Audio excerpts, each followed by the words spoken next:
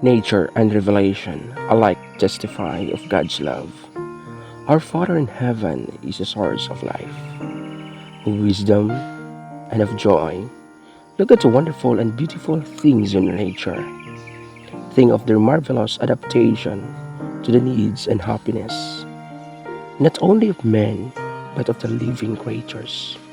The sunshine and the rain that gladden and refresh the earth, the hills and the seas, and plains of all speak of to us of creatures' love.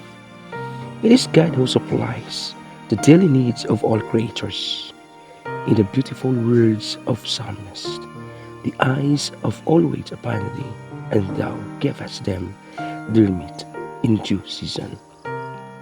Thou openest thine hand and satisfiest the desire of every living thing.